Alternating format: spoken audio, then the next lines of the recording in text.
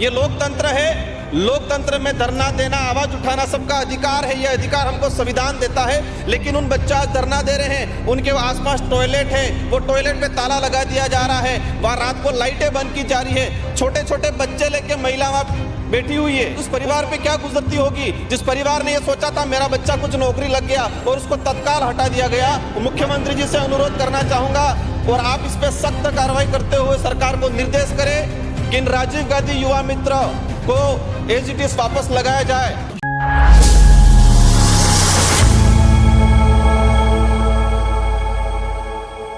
कि राजकुमार रोत महोदय स्थगन प्रस्ताव पर बोलने का अवसर दिया। माननीय अध्यक्ष महोदय, आज नई सरकार बनी, राजस्थान का युवा सोचता है कि हमारे हित में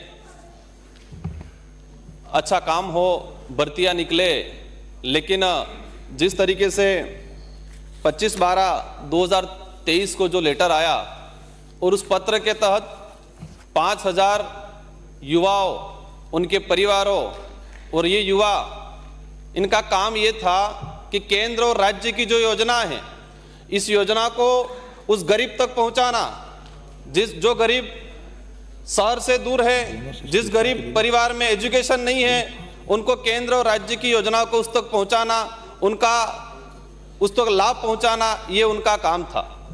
माननीय अध्यक्ष महोदय, इनको पिछली सरकार ने लगाया।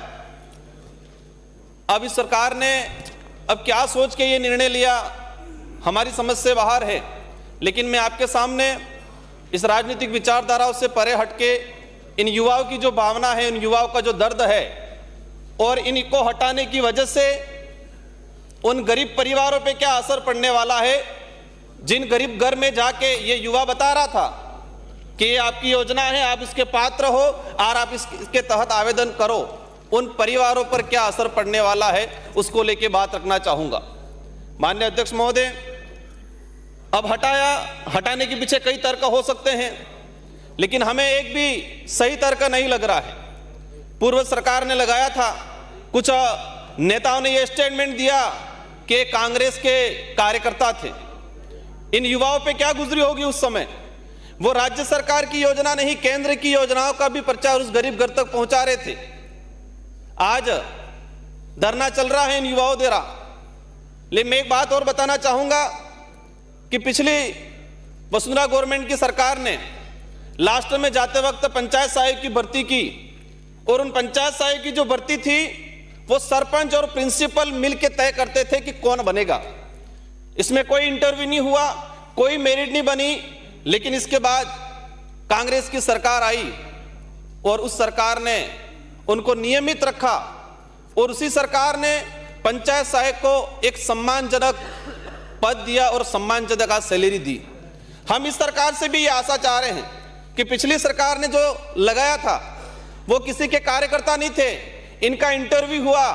माननीय अध्यक्ष महोदय, मैं सारे सदन को बताना चाहूंगा, मैं उस धरना स्थल पे गया और एक व्यक्ति ने, बच्चे ने बोला कि मैं आरएसएस द्वितीय वर्ष प्रशिक्षित हूं।